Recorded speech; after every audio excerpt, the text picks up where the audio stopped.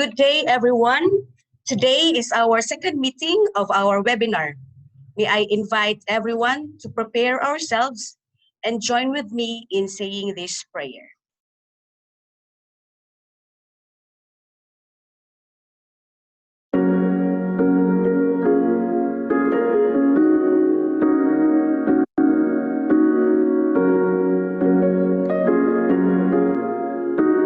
Heavenly Father, we praise and glorify you. As we gather in one accord, we bring your presence with us. We speak your peace, your grace, and your perfect order into the atmosphere in this regional training on flexible learning for higher education faculty in Region 10. We acknowledge your power over all that is spoken, thought, decided, and done. Seek your guidance on the matters at hand. Let the divine providence of the Holy Spirit clearly show us how to conduct our works with a spirit of joy and enthusiasm. Deliver us from all mediocrity.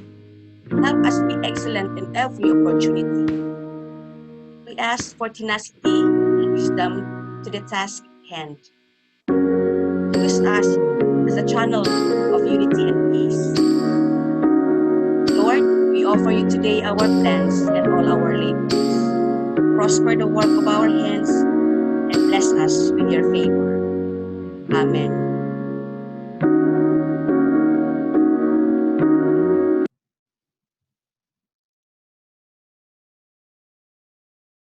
Hello world, mabuhay Philippines! Welcome to our series of regional training on flexible learning for higher education faculty in Region 10. I am Rosemary T. Lumasag and I will be your facilitator for today's program. So, kumusta mga kaigsuunan? Kayo ba'y buhay? Tubag? Dapat lang, buhay na buhay or else. Thank you. Okay, so we are informing our participants, to those who are not able to join in Zoom, you may participate via live on Facebook Chat 10. The link is provided on screen. For those who would like to review what has been transpired during the launching of this webinar last Friday, you may also browse the Chat 10 Facebook page. So, the link is provided on screen, okay? So I hope everyone is engaged in already.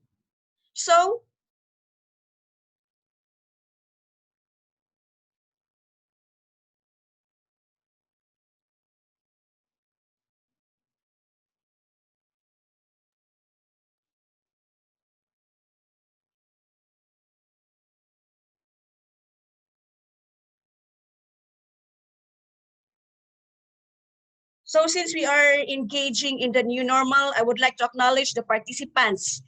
Okay, balag abnormal atong sitwasyon, but ang importante kita tanan mga normal gihapon. So, I will be acknowledging the different institutions in Region 10. While your school is acknowledged, isa lang ako maingon, smile while we still have teeth. Okay? Are you ready? So, we begin to acknowledge the higher education institutions from the higher plains and canyons, from the abundance of green, Bukidnon. I'm going to,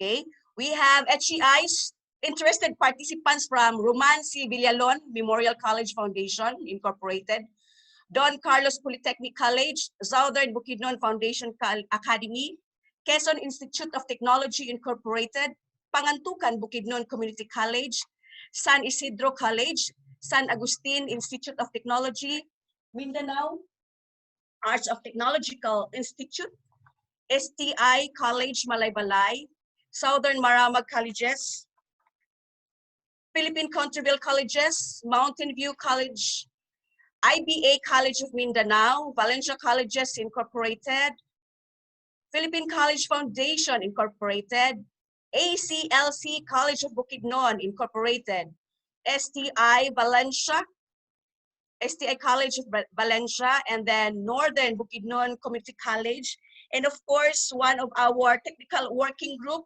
the Central Mindanao University, who's in charge for policy, development, and agreement. And of course, the Bukidnon State University, who is in charge for flexible learning in monitoring and assessment.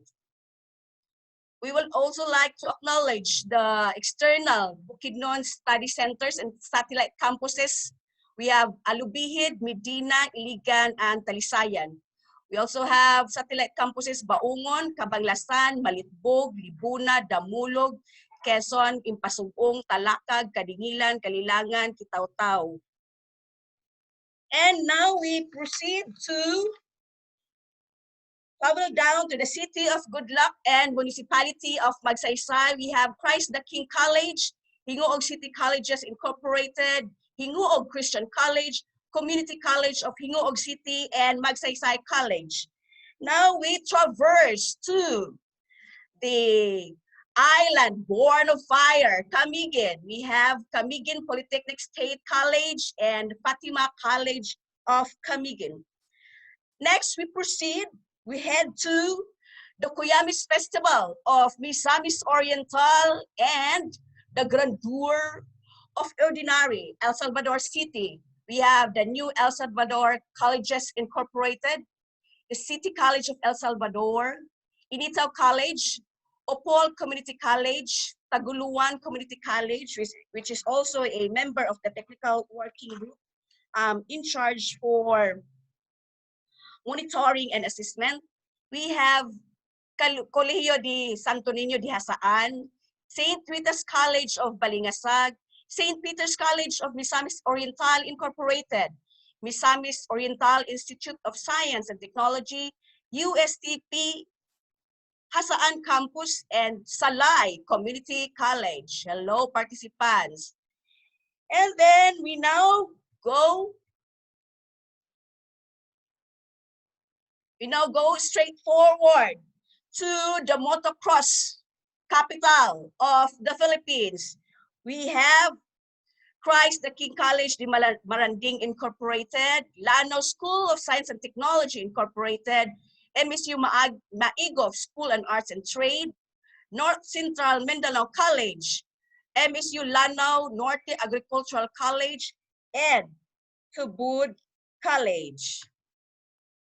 And now we proceed, we go across the OSA, Misamis City, acknowledging the participants from LaSalle University, Misamis Institute of Technology, Our Lady of Triumph Institute of Technology Incorporated, Northwestern Mindanao Institute of Technology, Medina College, and one among the technical working group also, the Misamis University, which is also in charge of the technology infrastructure and support.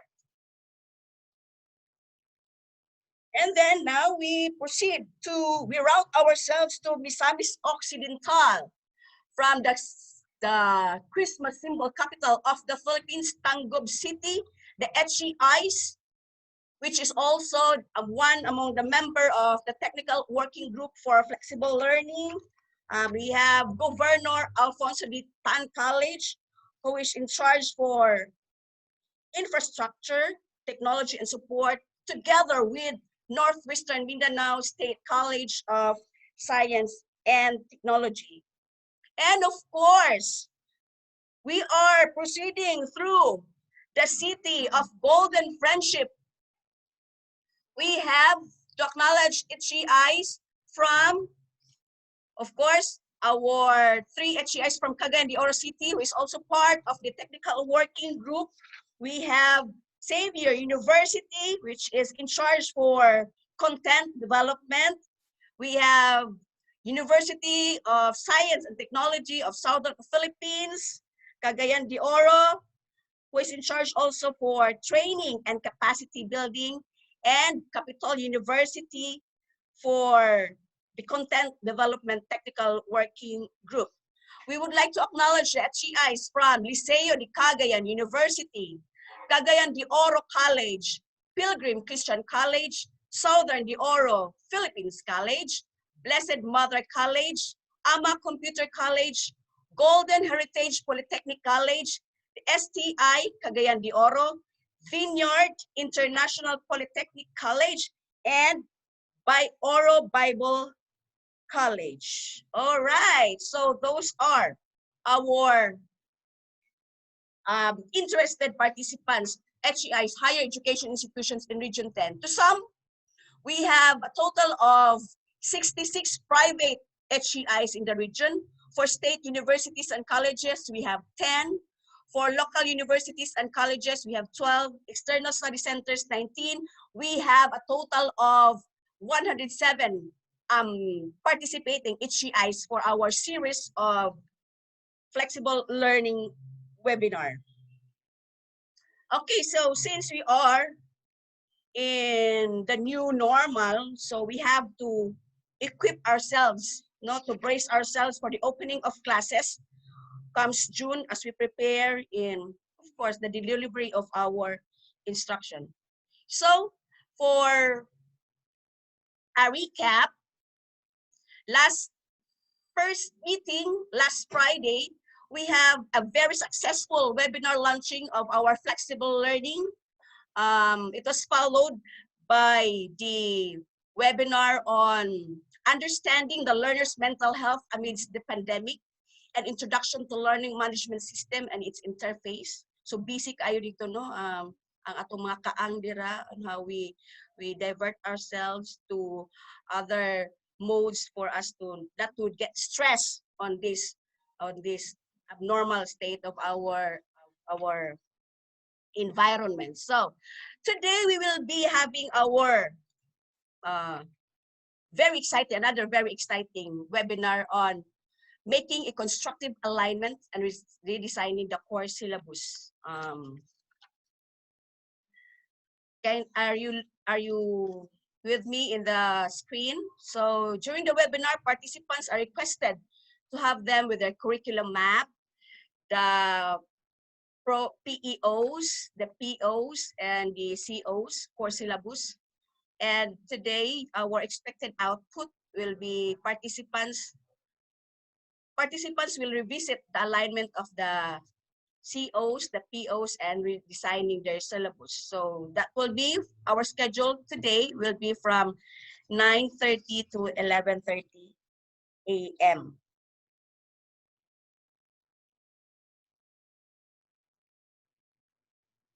So today we are now very excited and very eager to learn about the topic. So I'm going to introduce to you the speaker for today.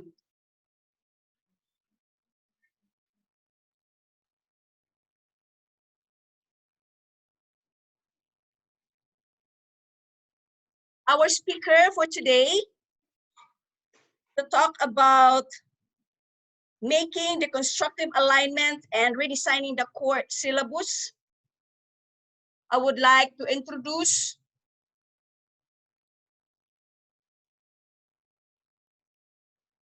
the chairperson of the Department of University of Science and Technology of Southern Philippines, CDO's Electrical Engineering Department. He is a certified CDIO, which means conceive, design, innovate, and operate. CDIO, which means an innovative educational framework for producing the next generation of engineers. He is a master trainer, trained at Singapore since 2014. Included in his CDIO training is Advancing CDIO, which was funded by Temasek Foundation. He earned his undergraduate and master's degree at USTSP, formerly known as MUST, where he graduated Bachelor of Science in Electrical Engineering program and Master in Engineering program, major in Electrical Engineering. Ladies and gentlemen, I would like to present to you our speaker for the second day webinar, Engineer Rugin V. Morcilla. Good afternoon. Good morning, everyone. Am I audible to everybody? Okay, so thank you, Ma'am Rose. Thank you for that very great introduction for this webinar. No, and thank you also, Chad Region Office 10 for this opportunity to share with you regarding this constructive alignment on our outcomes in the POs until the COs. No, so it's very important, especially we are now dealing with this pandemic, and I'm sure that everybody is not aware of this, and we are not uh, actually prepared for this before because we are not expecting this one. And but we are so thankful that I'm so thankful also that we are here now, face to face, even not face to face in the actual, but in this virtual environment. No? And we have to thank this technology. Because of this technology, we are still linked to each other. We are still sharing learnings. We shall learn from each other because of this technology. And we also will be so very thankful because every day we wake up and we see that we are healthy, we are capable, and it's an opportunity again to serve. No? As an educator in the higher education institution, uh, it's another day of opportunity to serve our countrymen in the country, to serve the people, and to help the economy of the Philippines also. Okay, so and we see that this pandemic gives us is we might see that this pandemic give us problem, give us this, it's like a calamity to us. However, if we dig into it, we can see opportunities in it. And now having this webinar series, having this with us, we see that this is another opportunity of learning as educators. This is another opportunity to us to improve in our craft, improve if on our learnings, right, on our delivery with respect to this new normal that we have now. So we have to live with this. We have to embrace this new normal as we go through this pandemic, and ensure as one we can survive this. We can go through this whole process. Okay, so I will be sharing to you as part of our topic today. So what we are going to discuss is this making constructive alignment by revisiting the curriculum map, POs, the courses, and the COs and the learning outcomes. So basically, everybody has already done their curriculum review, and we have already our curriculum. So what is important now, that even in this pandemic time, no, even in this pandemic time, we need to continue as educators. No, as they said that quality education and learning must continue. It must stop. It must not stop. No, us being a in the higher uh, education institution, it's important that we deliver quality, especially uh, as defined by CHED. No? It defined that quality is an alignment and consistency of learning environment with institution's vision, mission, and goals demonstrated by exceptional learning and service outcomes and the development of the culture of quality. So meaning as a higher education institution, it's it's our duty to provide quality education. And now even in this type of pandemic, learning and quality education must not stop with this. And to deliver this quality education, as we have known, uh, we use the outcomes-based education, the OBE. This is the framework that we use in order for us to deliver this quality. And this is for the 21st century generation. No? We are not uh, providing this quality education for this generation, but rather for the future, for the students, for the future of our community, for the future work of our student. So going through the OBE, just define in a nutshell, that OBE implies the best way to learn is to first determine what's need to be achieved. So once the desired result or exit outcomes have been determined, the strategies, process, techniques, and means are put in place to achieve the predetermined goals. So the essence is working backward with students as a center of learning. So what is important here is we see the need of the student. We work backward based on the need of the student. And in today's time of pandemic, in today's new normal, it is important for us to innovate. It is important for us to innovate our delivery, how we redesign our syllabus, no, how we align, especially to our outcomes that we want our student to become. No? So as I said, learning must not stop, but we need to innovate. No? Because as what in OBE, we try to focus on the student. That student must learn these things. And in order for that to happen, as educators, we need to adopt and innovate in this new normal. Okay? Now, the question maybe in our mind is that what needs to be aligned, especially when it comes to our syllabus, especially with our content, especially as we prepare for this first semester. And how do I realign? No? And what needs to be redesigned in the syllabus? So this might be the question that comes into our mind as we prepare.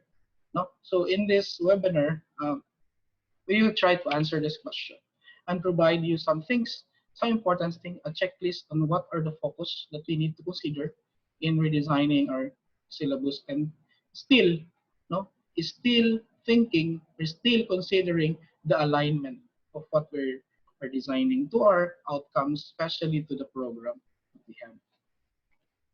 Okay, so the flow of presentation is that we will be discussing about the OBE framework, no? And we will be discussing about the mapping and constructive alignment, especially when it comes to the program outcomes, the course outcomes, and we discuss something on some pitfalls in writing the COs, because COs is very important, no? Especially it's a guide to us in preparing our syllabus. And the constructive alignment of the COs to your TLAs, your teaching and learning activities, and your assessment. So we're discussing how do we align these things. Why is it important to align this COs, TLAs, and assessment, especially today? You know, what needs to be changed? What needs to be innovated? So lastly, then we will be redesigning the course syllabus. Okay, so this is the OBE framework. Uh, the OBE framework based on the CHED Handbook on Topology, OBE and ISA. No? As you can see in the framework that we have, it's basically that the course outcomes that we have in our syllabus is basically aligned to the program itself. Now, as you can see, there's an arrow that connects between your course outcomes, no, to your program outcomes, and to your institution and to your vision, mission, and goals with your university. And this course outcomes in this framework is now the basis in our assessment and evaluation and to your learning environment. So this is the idea of the OBE.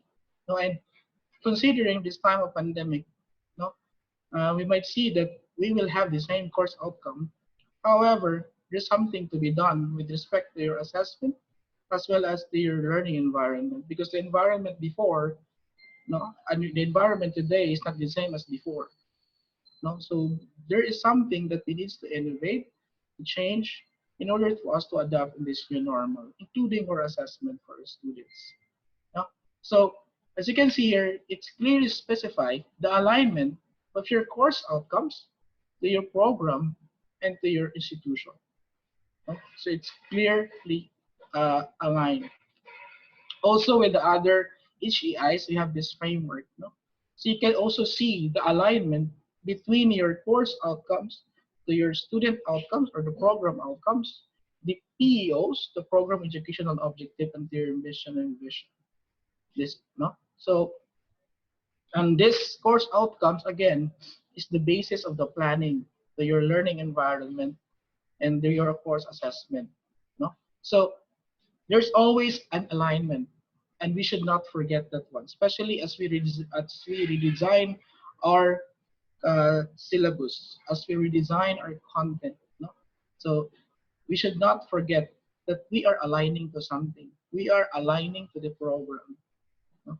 So in USTP, we have this also this OBE framework that we have in the university. The same, we have this alignment from your institution to your PEOs until to your program until to your course, which is now the basis to your outcomes-based teaching and learning environment. So it's always the case that in the framework, there should always be alignment.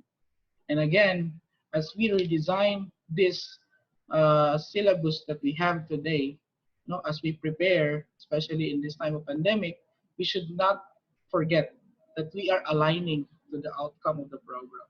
We are aligning to your institution. Okay?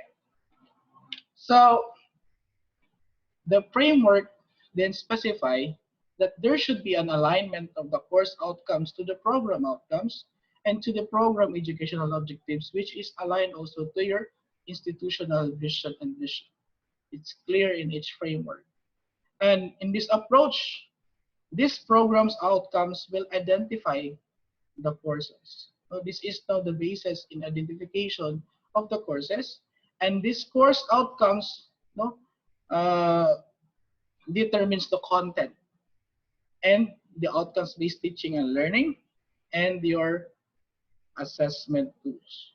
So basically, your course outcomes based on your program outcomes, which now the basis of your program outcomes, the basis for your course, and the course outcomes is basis for your learning environment. And we as educators in the higher education institution is in control of this level, the level in the course outcomes, where we are the one who is designing the content, we are designing the outcomes based in teaching and learning environment and your assessment tools. We are the one designing these things. And it's important in this time of new normal, the design of this content, the design of this inner syllabus. So this course outcomes then determines the topics and the concepts that included in our learning materials. So as we prepare, we are preparing for these learning materials for the first semester. This is anchored to your course outcomes. And one important thing there in our redesigning is we try to see the topics that is important, that is aligned to your course outcome.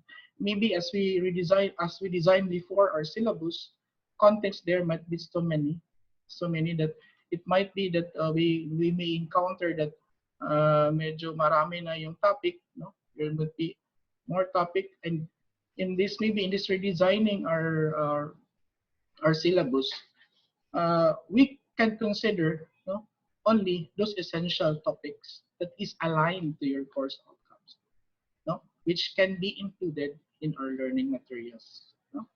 So, so in the program, it should be clear that there must be an alignment between your program outcomes, a program educational objective, to the program outcomes, to your course outcomes, and to your intended learning outcomes. So each one of this we will define, we will define based on this. So dapat po naka-align silang lahat, And us in the as a professor teaching in the HEIs, this level in the course outcomes and the ILOs, this one is in our control. Ito po yung may control because the program outcomes is already crafted in the program itself in the curricular PEOs. So,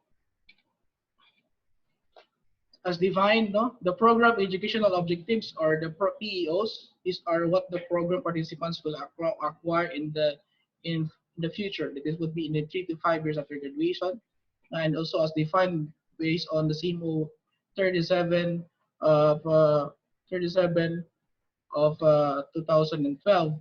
These are broad statement that describes the career and professional accomplishment that the program is preparing to achieve within 3 to 5 years after graduation. So basically, it's the one that the program sees of its graduates. Now, this is what will happen to my graduates in the future.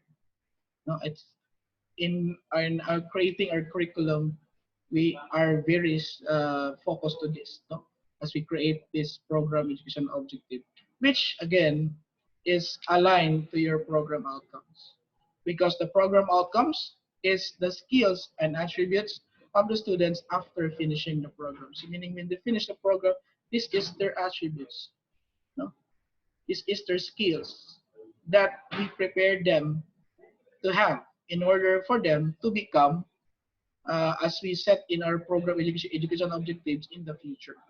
So we specify what the students are expected to know and able to do by the time of graduation, as defined in CMO 37 of 2012. So as we craft our POs, we have these different inputs that we have. No? We use specifically the PSG from CHED, no, for the program which has a PSG. And others for engineering, we use the Washington Accord, Sydney Accord for technology, Seoul Accord for IT, no? CDIO skill set, we can use them one, especially for engineering. The 21st century skills, even institution mission and vision. We have also institutional graduate attributes, the industry 4.0, the Philippine qualification framework, and the most important thing, the needed skills from the industry experts. Maybe we invited our some industry expert that might share to us the skills that they need in the future. So, and it was also stated, no, in the handbook of CHED, Topology and OBE and ISA, that while this CHED PSGs may be used as guide, an HEI may incorporate program outcomes that are unique in context of the horizontal type as well as its vision and mission. So each one of us also have its own institutional program outcomes. That's why there's an outcome that is unique to the program.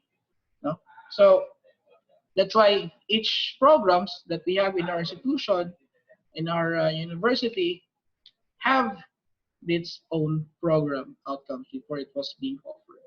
And as in the STP, we have these POs for our BS in electrical engineering. No? So we have A to N program outcomes, which also based on those inputs coming from those cited inputs. No? So we map it, we we we map connection of everything, especially for the CHED PSGs or the Washington Accord. So we map it all and we have crafted HPOs. So every program we have these POs and it was already approved by our management. It was for the SUCs, it's approved by our Board of Regents before it was being given to your students, especially if, or it was being advertised, or before the program is being offered in our curriculum.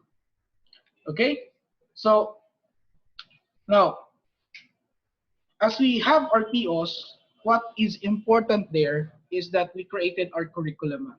Now the mapping is important because this mapping ensures that the curriculum is very relevant.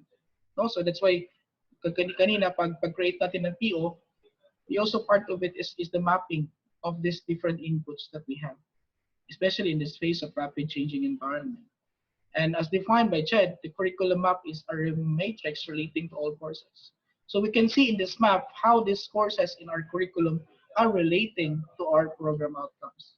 So meaning each courses offered in our curriculum is supporting to a particular outcome. And we should not forget that one, that especially as we teach something, no, especially if you are teaching that particular subject or a course that you have in your curriculum, we should be thinking of our curriculum map. We should be considering, especially as we redesign in today's pandemic or this new normal, maybe we could be so overwhelmed, no, with our as we redesign our syllabus. We should not forget that the subject that we are teaching is aligned or is supporting a particular program outcomes, and we can see it in our curriculum map. No, and this mapping ensures that the courses in the curriculum supports the attainment of the program outcomes. Okay po? So the mapping is important. It's a basis that we can see that what I am teaching, that the subject or the course that I am teaching is supporting to this outcome. And it's a guide for me on my delivery. It's a guide for me in my content. It's a guide for me to my teaching environment, especially and also with your assessment. Okay, so now before we do the mapping, no, we have mapping legends. The mapping legends that we have is important for us to know what's the purpose of this subject. How does this helps the program outcomes? No, so we have several mapping legends. So one of the most common is this IED. This one is very popular in engineering and technology. We have I is introductory, so it's an introductory course on outcome. E is enabling, it's a course that strengthens the outcome, and D is demonstrative, a course that demonstrating an outcome. So we can see that in this three mapping legend, IED, the highest is demonstrative. That's where we look that this outcome is really being demonstrated by the student. And as professor, as the one teaching that particular subject, if that subject is marked as D in your curriculum map, no, you should consider that your environment, your teaching and learning environment, as well as your assessment, should be demonstrating that particular outcome. No, okay. Other legends also is LOT. No, we have L is whether the subject facilitates learning of competency. O is whether the subject allows students to practice competency, as and P whether the subject or course is an opportunity for development. So, yun po yung hierarchy niya. The highest one is P, no? And others may also have IRA, no? I is introduce, R is reinforce, and A is assess. So this subject offers learning. If I is learning for this particular intended outcome at an introductory level, so somewhat the same as the I in the IED. R is reinforced. The subject will build upon student existing knowledge, skills, attributes, and particular intended outcome to provide learning opportunities through student that can reinforce and or further develop the knowledge, skills, and attribute described in the outcome statement. So somewhat the same as the E. And the A is assessed. The highest in this legend is attainment of this outcome will be assessed in the subject. So it's somewhat the same as T, where the students are demonstrating. It's the part also that you will be assessing also uh, the outcome of that particular program outcome. No? So and it is very important because usually as we assess the whole program, no, especially for department chairs, we know this that if we're going to assess the attainment of that particular outcome in our program, we usually get data and see data on this higher legend, especially for D. No, in the engineering, if that subject is tagged as D, no, we usually get data from that, and we try to see the indicators that we set in our program, whether it really is the student is demonstrating that outcome. It's somewhat culminating for that particular outcome. So as a result, we have the curriculum map in each program. Just like in electrical engineering that we have in our university, we have this map. So we map it with our professional courses. Ito po yung mapping niya. You have the course, the professional courses, and you have mapped it with your program outcomes, depending on its contribution, whether you see it as I, introductory, enabling, or demonstrative. And it's also that we have to consider that each of the outcomes should have at least one D. It should have at least one course that is demonstrating that particular outcome. That's part that we assess that particular outcome. You also map it with the allied. Oh, so we have the allied also map with it. Because again, as well as your non-technical courses, your gen ed. So because again, each subject in our curriculum is supporting a particular outcome in the program. And it's important that as professors teaching that particular course in a particular program, see this mapping. See that this course that I am teaching is really aligned to this particular outcome. It's supporting this particular program outcome. So what's the importance of the curriculum map? This curriculum map should be known and understood by all faculty, especially for new and part-time faculty. So for new faculties, to po, if we have new faculties in our institution, it's important that they will know or understood this mapping, because when we craft this curriculum map in each program, they were not there, and there's a possibility that they will not know that their course that they are teaching is really in line or aligned to this particular outcome. So it might be that there's this misalignment on the way. No? We cannot that the delivery that they will have might be, or the assessment that they have might be not aligned to this outcome. No, and for part-time faculty also, no? Especially for part-time faculty which is coming from the industry, they might not know that this particular course that they're teaching is connected to this particular outcome. So it's important that it is understood and known by everybody teaching in that particular program. Another thing is that we might forget that the curriculum map of each program should be shared to Gen Ed and allied courses. Because again, no, this Gen Ed and allied courses, no, in our program exist, and it is again aligned to that particular outcome. So this Gen Ed and allied courses, professors or subject should know that their subject that they're teaching is aligned to this particular outcome in the program.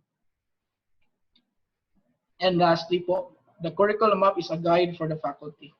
It is the guide for us. No? It is the guide, especially in crafting our course outcomes po.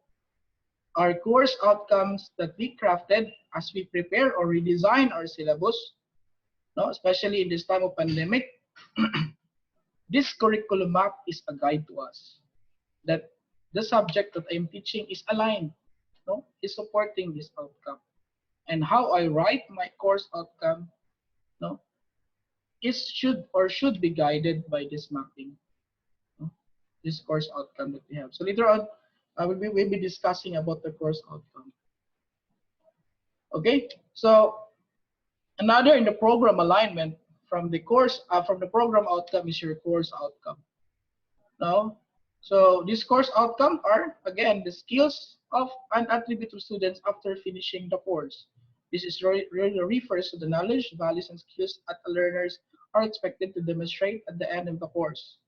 This is stated in the CHED Handbook of Typology, OBE, and ISA. So, as compared to the program outcomes, the difference between the two is that this course outcomes is in the course level. Before we call this, others might call this as learning outcomes, no? And this course outcome, no, is those are the skills and attributes after finishing that particular course. So, in line to this is your intended learning outcome or the learning outcomes. As defined, these are specific to a lesson, although it is sometimes used interchangeably with the course outcomes, but hierarchy learning outcomes are seen that these learning outcomes are building block towards your course outcomes. So meaning it is supporting to your course outcomes. Oh, so especially, and you can see that in your syllabus also, that you have these learning outcomes as an outcome for a particular topic. Especially when you have activities for a particular topic that you have in your syllabus, you should have a learning outcome, intended learning outcome. And again, this learning outcome is a building block towards your course outcomes, meaning it is supporting to your course outcome. It's somewhat like the same. That's why it said that it's used interchangeably. But we should remember that this is in line to a specific lesson. However, the course, these are after finishing the course. These are skills and attributes after finishing the course. So the difference between the two is that ILOs are for a specific lesson. Okay? So now, it is very important we should understand the course outcomes, especially as we prepare, as we redesign our course syllabus today, as we redesign our delivery, as we redesign everything in our syllabus. No? So, define natin ang course outcome.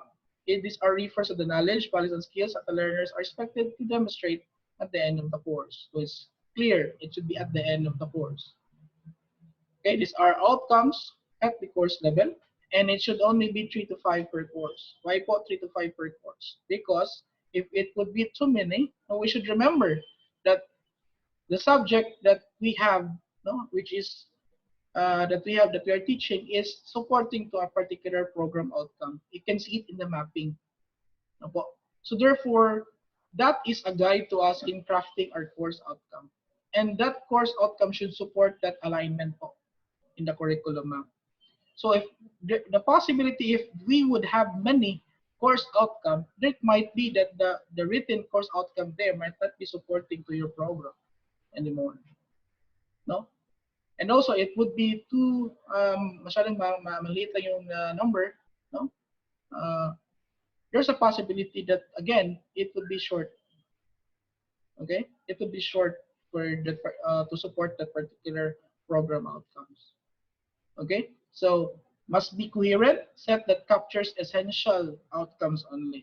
Those are only essential outcome, and there should be no redundancy. So yun din po yung problema pag marami na pong outcome, there might be redundancy. And again, I think we already heard this one. It should be measurable. Outcomes should be measurable. The outcome should be measurable, and the outcome, since it is measurable, it can be assessed. And one important thing there is also that the level must be specified. No, the level in the sense that we know that you are teaching in the higher education institution. No, we should use higher level thinking skills as we craft our course outcomes book, especially for those subject which are tagged there as D, meaning demonstrative. So meaning po, we should consider that the written outcomes there is really in line to that D, to that demonstrative. So meaning the outcomes that we write there should be demonstrating that particular program outcomes. So the course outcomes must contribute to the attainment of your program outcomes. So meaning, in total, these course outcomes are non-negotiable skills. Those are only essential, okay, non-negotiable skills. Yun po lang ilagay natin doon sa course outcomes. Okay? So, aside from that, we have the ILO. Again, these are specific to a particular lesson, a building block towards your course outcomes. That's why it's usually expressed in terms of this cognitive uh, psychomotor, and behavior or aptitude. So that's why it's written there always like that, because they say, for example, if you have a lesson, a particular lesson, you have an activity, so the outcome of that is your intended learning outcome. So it usually linked to what student will be able to think, to feel, and to do for that particular activity in the particular environment that you provide for the student. Okay po. So also, to guide us in writing the course outcomes, important is the Bloom's taxonomy. As what I've said kanina, that in writing the course outcome, we should consider the level, especially we are in the higher education institution, especially for courses that are tagged as D or demonstrative or assessed yung po sa RA, no? Especially for subject which is a higher level. So you should consider this Bloom's taxonomy. And again, the course outcome should be SMART. Remember SMART: specific, measurable, attainable, relevant, and time-bounded. So as much as possible, you should use course outcomes that is in the higher thinking skill, which is where the lower level, as we can see in the Bloom's taxonomy, is remembering, understand. So the higher one, we have the application, analysis, evaluation, and creation. The higher one is the creation. So to guide us in writing the Bloom's taxonomy, we have this verb that we can use as we craft our course outcomes. Maybe as we redesign our course syllabus, we may use this different verbs no, that would be much in line or applicable to that particular outcome, no, to support the particular outcome of the subject or the course. So remember, as you know, remember is just a retrieval of knowledge from the long-term memory. So yun po, remembering lang po. It says retrieval of knowledge. So for the verbs there are just this one: define, describe, label, list, match, recall, recognize, state. These are some of those examples that we have. Uh, Another one is for understand. No? These are the verb there is construct. No? Construct meaning for institutional message, including oral, written, graphic communication. That's why the verb there are just one: this classify, this compare, illustrate, interfere, report, etc. Application, we have this apply, carry out the use of procedure in given situation. That's why the verb there is application, execute, change, prepare, solve, and use. So until you have the analysis, that's where tumataas na po yung yung thinking skills niya. It's breaking the material into constituent parts. So that's why the verb are analysis, contribute, debate, even examine, and even research. And the next one is evaluate. It's when the time the students are made to judge something. Okay, they make judgment based on the criteria and standards. That's why the verb there is to check, critique, and even judge. And the highest form is to create. We put elements together to form a coherent function or a of the whole reorganization. That's why the verb there is construct, create. So design. In engineering, we usually have the verb design, construct. These are uh, higher thinking skills na verb. Okay. So this is just a guide po.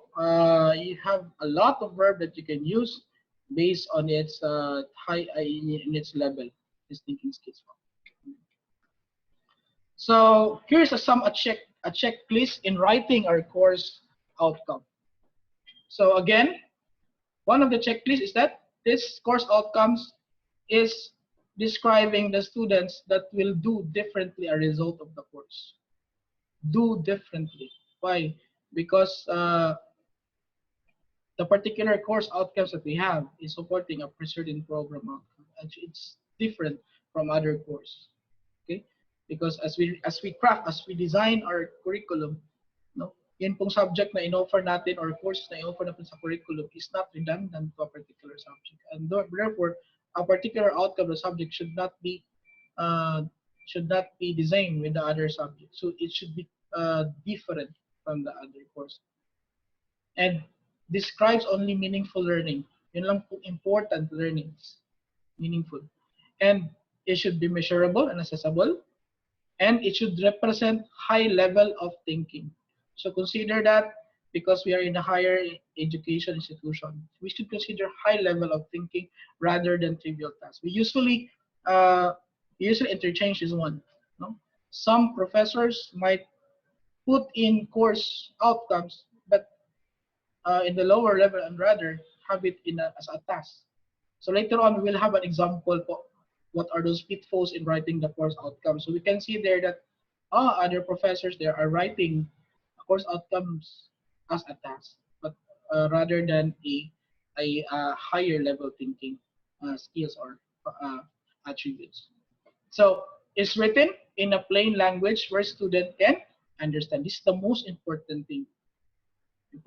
It should be written that the students can understand that particular outcome, especially today that we have our pandemic. We give this material to our students. No, it's the thing now that it's independent learning, and it's important that the student will understand it on their own.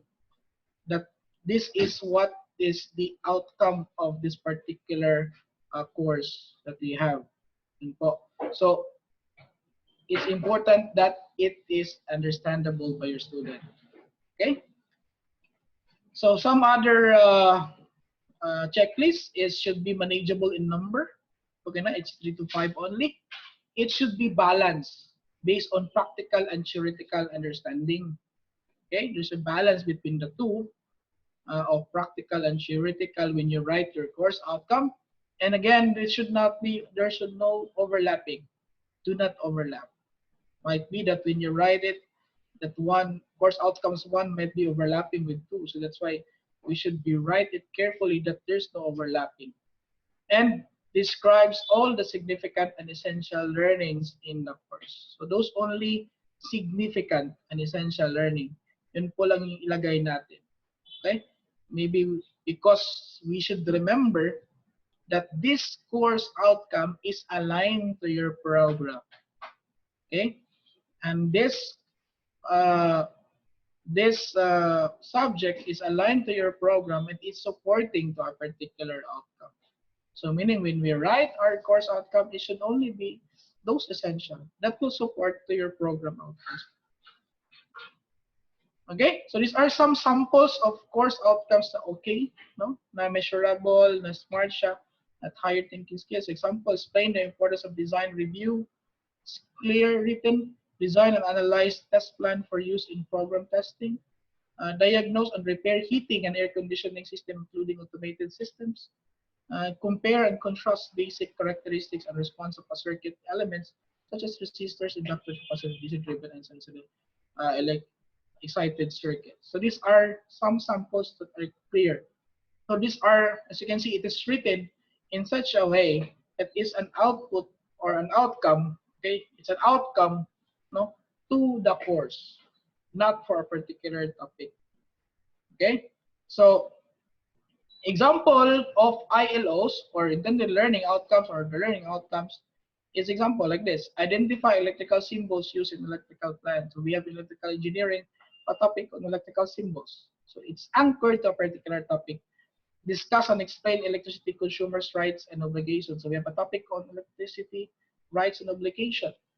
Identify regulatory bodies so involved in the Philippine electric power industry. So we have a topic on regulation, power regulations, and this one is on topic on linear regression. So use simple linear regression to build empirical models to engineering data.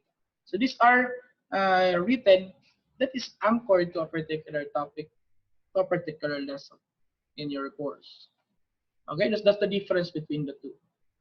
So this is an example of alignment between your course outcome to your LOs or ILOs. Example this in the electrical engineering, we have a topic on basic laws. No? So the course outcome for a particular subject, let's say for electrical circuits, we have this apply the basic laws, theorems, and some elementary network topology to create actual circuits. Yun yung po yung whole course outcome niya. But for a particular topic in this course, we have this one for a topic on Ohm's law that is supporting to this particular course outcome. So the ILO for that is they are going to solve and analyze simple use circuit using Ohm's law. So such a way that the course outcome, no, or your ILO is supporting, it's as what I've said, it's a building block towards your course outcome. So there should be an alignment again between your ILOs and your course outcome. Okay, so you should remember this as we redesign, as we rewrite our syllabus, as we rewrite our course outcomes, as we redo our syllabus today. Okay, so there's a question. Why course outcomes should be constructed well? No? Bakit po kailangan siya okay yung pagka-construct ng course outcome? It should be well written. Now, the course outcome should be clearly understood by the student. So as I said kanina, it should be clear, especially in today's situation where independent learning is really being pushed, no? by us. No? So the course outcome should be clearly understood by the student. That really, this is the outcome that we want for this subject. No, this is what you will learn at the end. This is what will you become at the end. So it should be clear because this is for the student. OBE states that it's student-centered. So what we create is for the student. So by providing clear and comprehensive learning outcomes, no, faculty begin to provide a transparent pathway for student success. That's stated by the University of Wisconsin in Madison. So this one provides transparency of the pathway for the student. So that they will see that this is our direction. This is our goal for this subject. This is our goal for this course. So they can see that this is what we are going to. So it should be clear and understood. It should be constructed well to provide transparency of the pathway. Okay, to provide the pathway for that particular goal. And the learning outcomes are the cornerstones of course design and assessment. Okay, because after we write our course outcomes, again we create the teaching and learning environment and assessment. And if we will not write well our course outcomes, there would be again a problem in crafting our teaching and learning environment or learning opportunities as well as your assessment. So this is a cornerstone in your course design and your assessment, especially today. No, as we redesign our curriculum, as we redesign our syllabus, it's important that the course outcome should be written well. Okay, because we're designing man tayo ngayon. So, and this helps students focus on what is important, what is essential. This is stated by the University of Wisconsin-Madison. Okay, that's how important is the course outcome. It guides us. It connects us to the program. It guides us. It guides not only the professors, it also guides the student. No, it's a guide for the student's pathway to success.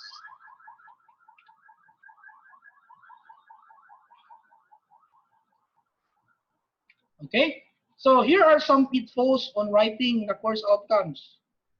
Ano ba yung mga errors in writing the course outcomes?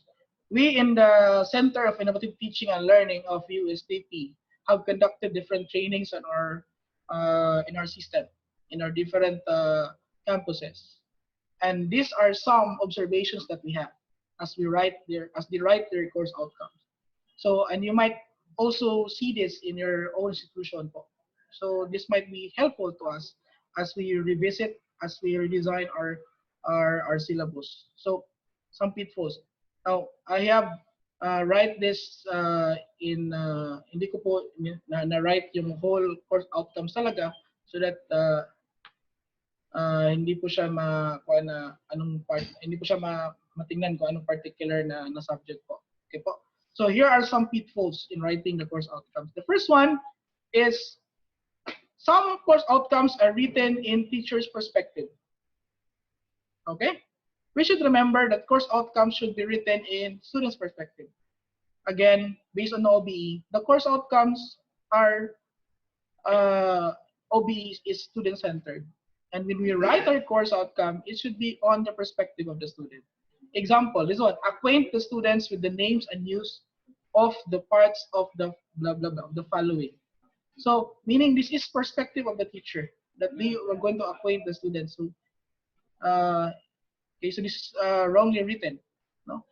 Written in teacher perspective. Another, prepare prospective teachers to become blah, blah, blah. So, written again in teacher perspective.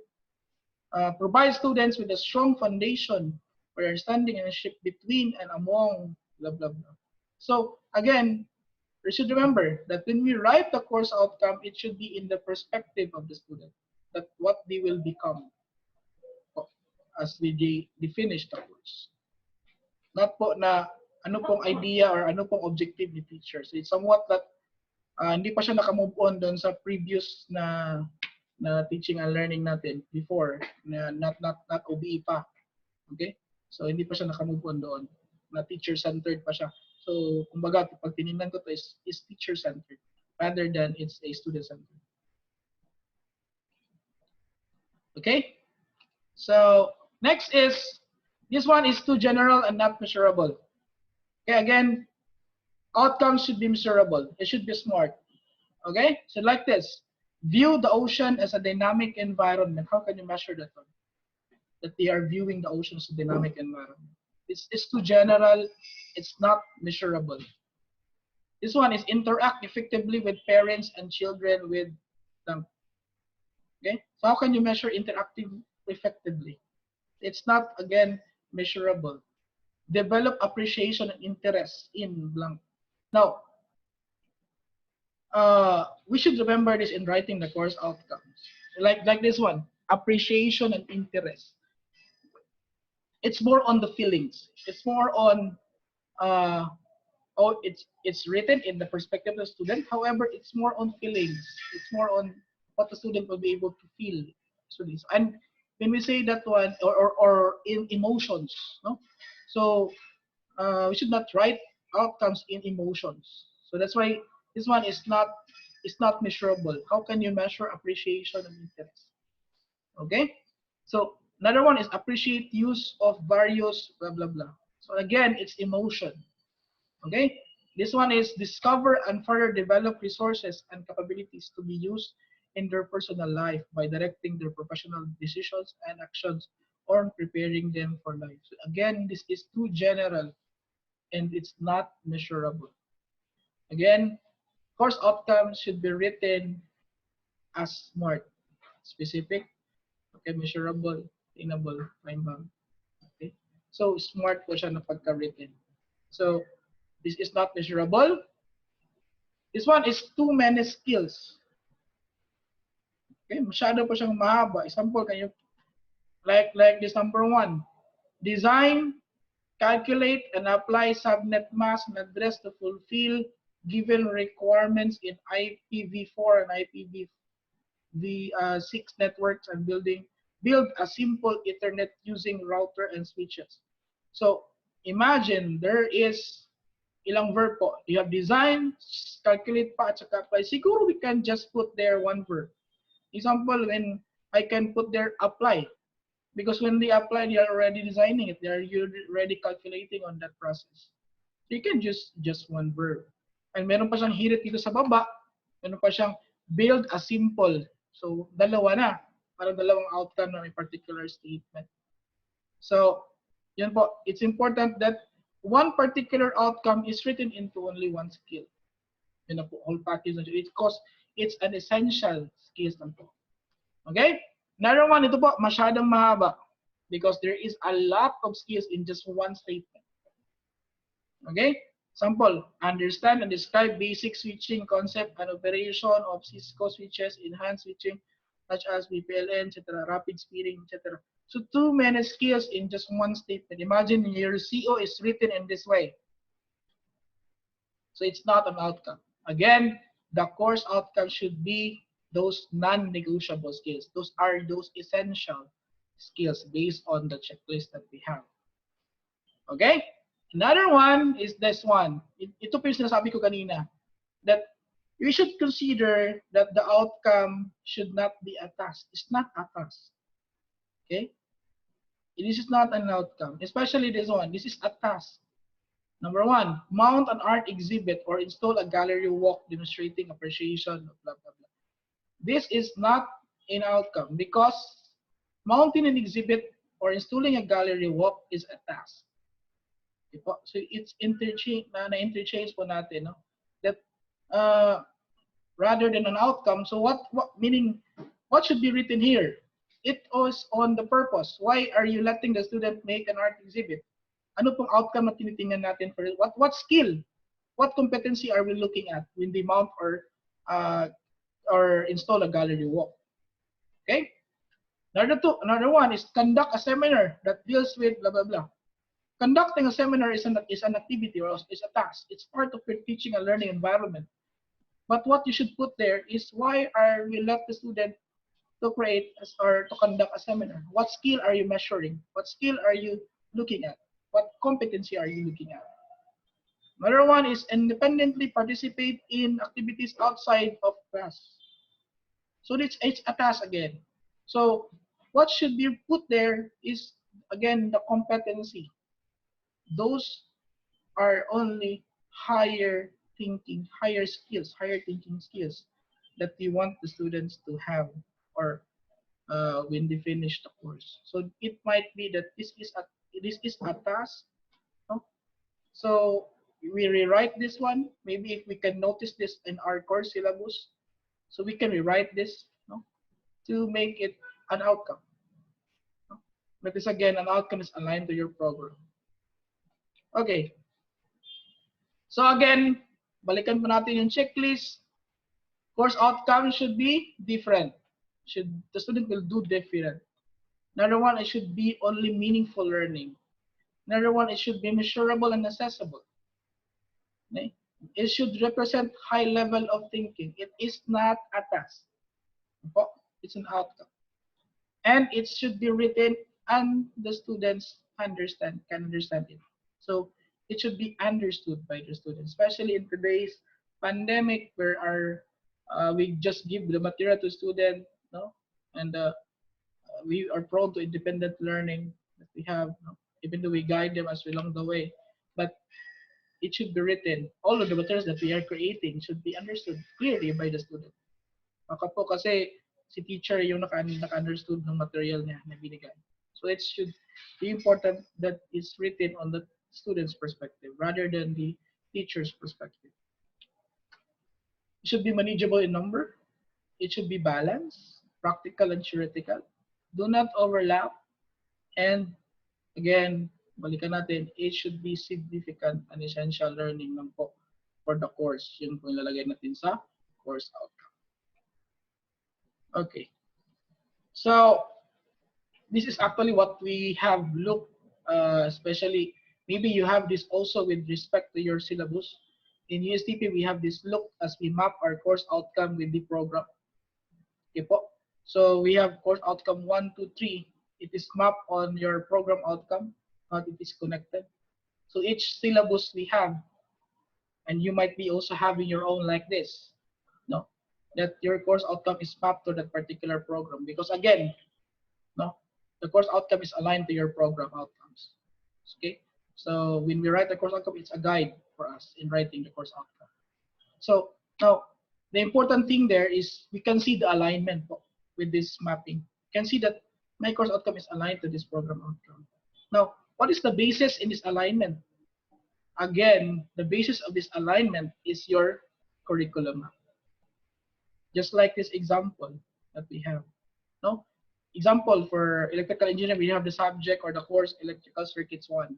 So as you can see in the mapping here, electrical circuits 1 is tagged as E, enabling for A, B, okay, A and B is E, C and D is I, E is E, G is E also, and K and L is I.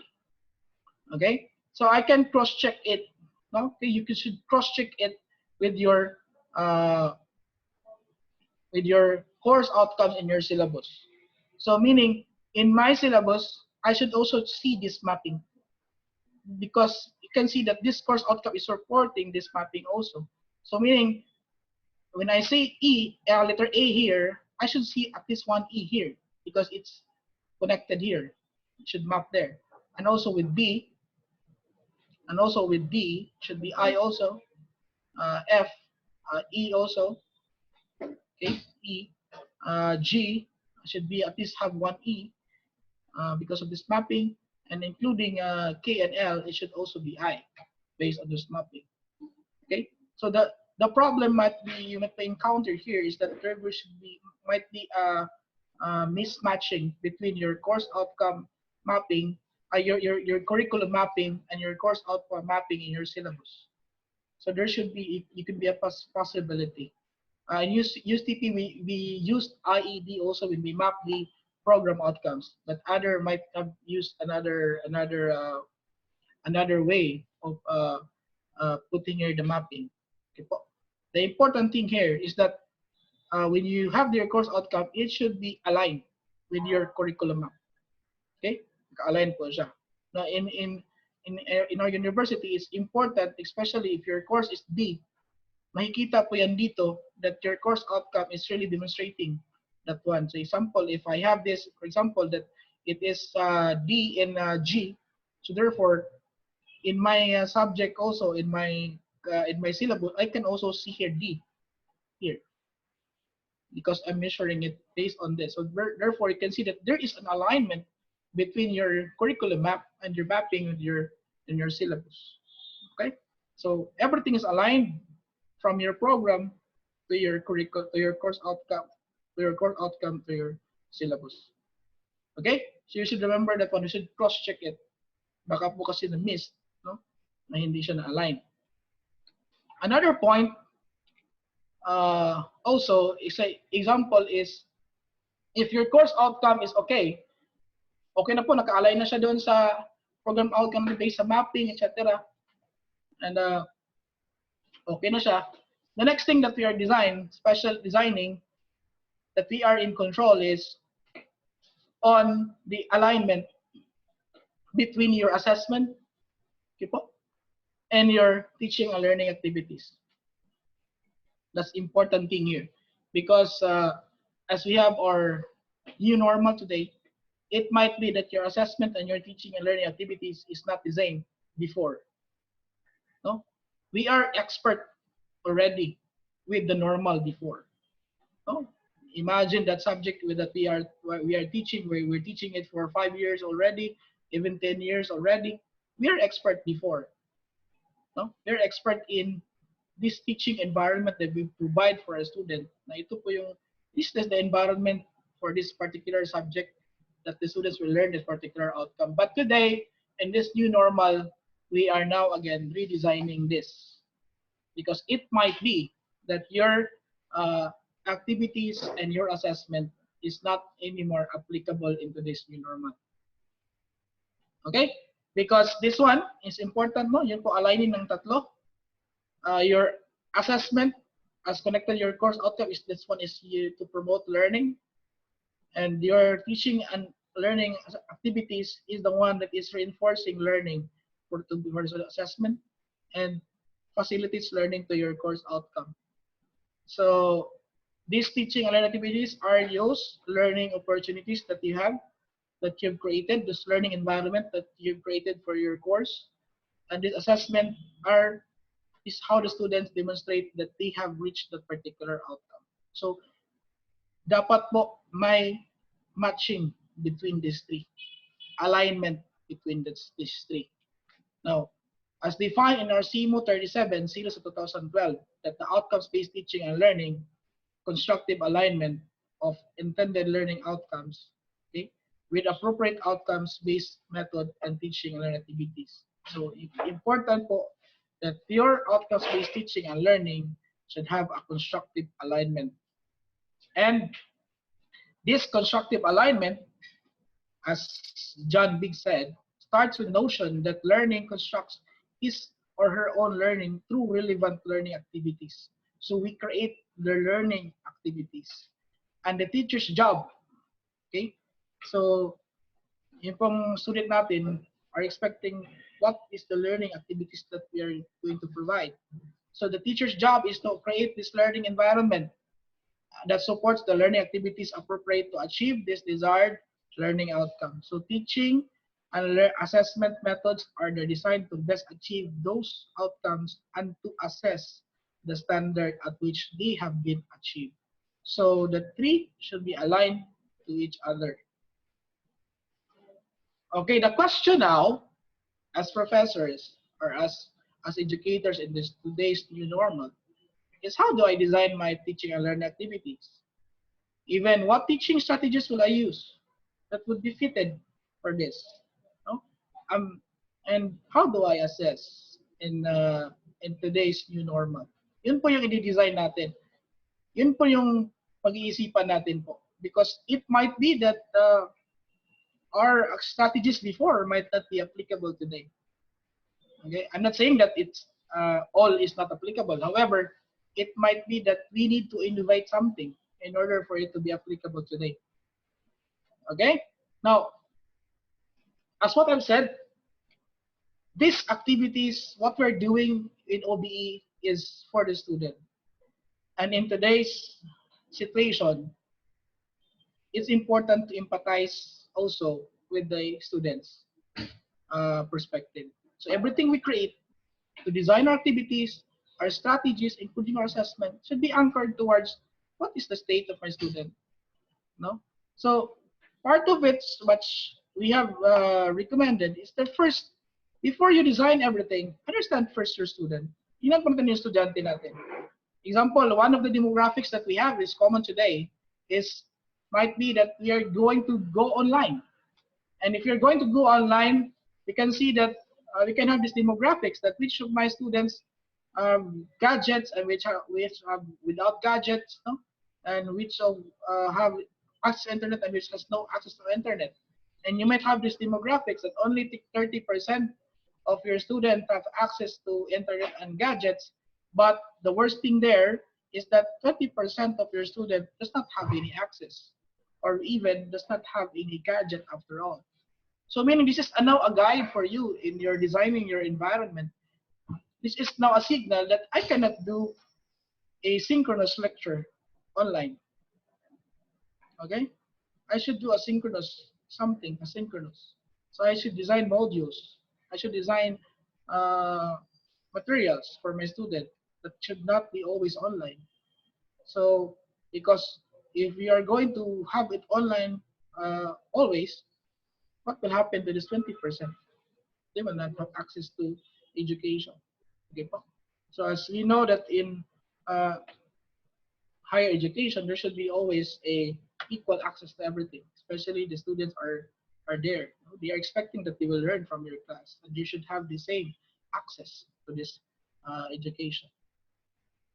So the first thing that we will do in the alignment is to align first with the assessment. So if you have this course outcome, how will you assess? What assessment tools are we going uh, to strategize? No? As the Houghton W 2004 Engineering Subjects Guide Learning, he stated here that if we tell students that we want them to achieve something based on our outcomes, and then assess them against assessment criteria that do not match, we will feel cheated and will become cynical strategic surface learners only. So meaning, if you're going to assess them that is not in line to your outcome, they will feel that they are cheated. Parang wala lang, uh, because it's not matched, no? And that what will happen, they will not be serious with your subject. They will not only be just service learners. And another thing is alignment is really simply a matter of honesty and fairness. This is the important thing here. It's a matter of honesty and fairness that establish the trust required for students to be confined that they can manage their own learning, especially today in this situation. It's important that there should be a trust between uh, the professor and your student. That what we are really giving them as our assessment is really assessing to their outcomes, not just we're just creating this assessment to them. So it's a matter of honesty as a professor, no? As a teacher, honesty for our student that they are going to be assessed based on the outcome that they have. Okay, so here are sample assessment. Okay, for CEOs and ILOs. Example, as I have in my subject circuits 1. Example, if this is your CEO, apply the basic laws, theorem, and some elementary network topology to create circuits. Before the pandemic, before normal, what I usually do in assessing them as an assessment for the whole course into this particular CO is I'll have this them a course project, and that project I assess them based on the written report, and we also have an exhibit for that particular project where they can present it, okay, outside of the class. Okay, now what is happening now, since we have this new normal, I cannot do this anymore. Written report na naka-hard copy na bigay sa akin or exhibit for the whole university, I cannot do this anymore. They will still have the same course project on their own because I think they can create their project even if they are in their homes. Okay, and the written report is only a soft copy. That what is important thing there is they should have a reflection. Okay, reflection of what they have learned on that particular activity or a particular project that we have. And what will happen to my exhibit? Since I cannot do the exhibit also, I will let them create an online blog, so which they can post on YouTube, so that everybody will have to see it. No, they'll have to see it, and uh, the more likes, the better. No, okay, and they can also give comments there based on the blog, video blog that they will be creating. For ILOs, to support the CO, yung kanina, to solve and analyze simple circuit using Ohm's law, Before, we can have classroom quiz. Yung face-to-face na quiz. But now, in the normal, I cannot do that. I can have online quiz. But this online quiz are designed to be case-based. It's not the same case on the normal before that I have this quiz. Because there's a possibility po kasi na they might cheat if I have to do that one. No? Especially po when we have those equations and po lahat na ibigay. So it's important that you have to innovate also your quiz. That the quiz should be case-based or should be a problem-based na quiz. Na students can really think on the quiz, not just only giving these equations and then they have it. Because as today, this generation, due to the technology, if you will just give them equations to answer, what will happen? They just have to take a photo of it, then the cell phones can answer it. But if you give them situations, if you give them cases as a quiz, then they will have to answer it in their own. You have to think, and that's important here. You will have also a higher order thinking skills as we get one. Okay, so after that, if you have created already the alignment between your outcomes and your assessment, the next thing to do is to align your activities, your learning environment, teaching, learning, and activities for your class. Now, as what John Biggs said, there are many ways of encouraging appropriate learning activities. The only thing here is that we need to innovate. Okay, maybe that before the pandemic we have this activity and may not be applicable today. So what is important here is we need to adopt and innovate. So sabi pa niya dito, no, that forcing learning to take place outside. They can have learning outside of the class with interactive group work. We are teaching independent learning and work-based learning, of all of which are rich source of relevant learning activities. So today, we have these different choices. So you have to assess as professor, what could my students do? What could my students do even if they are still in their homes? What activities might I be able to give them in such a way they can learn this particular outcome and can also assess them based on the particular outcome. So it's up to us to innovate to particular activities, as long as it's always, we should remember the alignment between these activities to your assessment and to your outcome. So one example that I have is this. Before the new normal, if this same subject po, same course, they have this course outcome, apply the basic laws, theories, and internet topology to create actual circuits, and I assess them based on this final course project, written report, and exhibit. And to support those in creating this course project, I have flipped classroom implemented, where students are just presenting in front. Then I use flipped classroom. I also have corporate lecture. And since they are doing a project, they have collaborative learning, team learning that they have. They need to collaborate. Okay? Because they're now implementing OBE po, so they need to collaborate. So, and in today's new normal, how can I implement these three to support them again with this new normal assessment tools? So, I can still go with flipped classroom, but rather, I cannot have it in my face-to-face class, but I go to an online platform that I may choose to be applicable in my flipped classroom. Okay, so it may not be synchronous, it might be asynchronous flipped classroom po. And what will happen to my lecture? I can have online lecture in live, or I can have only a lecture in video. So I can video myself doing some lecture of this and send it to my students. Then the beauty there is that the students can view it anytime, anywhere. It's on their own phase of learning. And How do I collaborative learning, do the collaborative team-based learning? I will use again online platform. There are a lot of online platform today that you can use that, and students can collaborate. Even in Facebook, they can have a chat there. And the important thing there is that you need also that uh, they need to submit something to you so that you'll know that they are collaborating for that particular subject.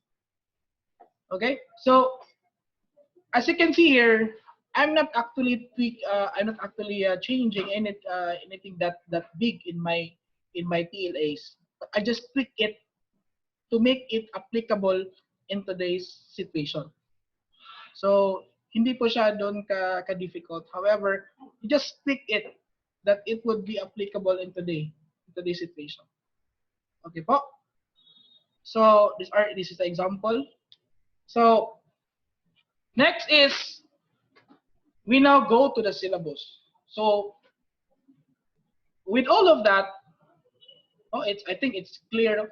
With all of that things, the alignment from your program outcome to your course outcome until to your learning environment to your assessment. No. So what is then to be redesigned in my course syllabus? If I'm going to go to my syllabus, okay. So this is the syllabus that we have in our universities, the sample of it. Okay, so sample course syllabus. So we have this course outcome. Okay, one thing that you should remember when you're redesigning your syllabus is this alignment with your COs to your POs. Okay po. Revisit po natin yung ating course outcomes, how it is being written. Maybe it might not be okay yung pagkasulat niya. That is not, and see it, how it is being aligned to your program. You should remember as we write our course outcome that it is aligned to a particular program outcome. And it is important that in crafting our course outcome, it should be aligned to this program. And another thing is this mapping. If you have this mapping in your program, in your syllabus, pakitingnan yung mapping. Baka po kasi there is misalignment with your curriculum map. Okay po? Baka po hindi siya na-align dun sa ating curriculum map. So, try to revisit this as you redesign your course syllabus. Another thing, in your outline, your content is how it looks. Po, ano pong dito sa outline natin, makikita yung course outcome. How this align to your ILOs for a particular topic po. Okay? Then you can also see here those activities that you created, the assessment, and your grading criteria. And even you can put here remarks and your suggested readings. So you can see it here, the alignment between your course outcome and your ILO. Dapat clear po yun that your ILO is definitely supporting your COs.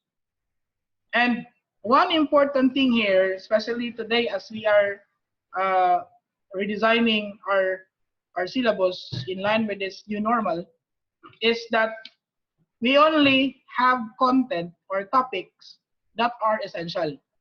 When I say essential, it should always be aligned to your course outcome. Yun po lang yung topic na essential that would be aligned to your course outcome. You should remember that one. So maybe po, before we have the new normal, madami po tayong topic dyan that might not be aligned to your course outcome because we will revisit your course outcome, tingnan po natin. So might be that we have changed the course outcome. So we can see now what would be the topics or the essential content that is needed to attain this particular outcome.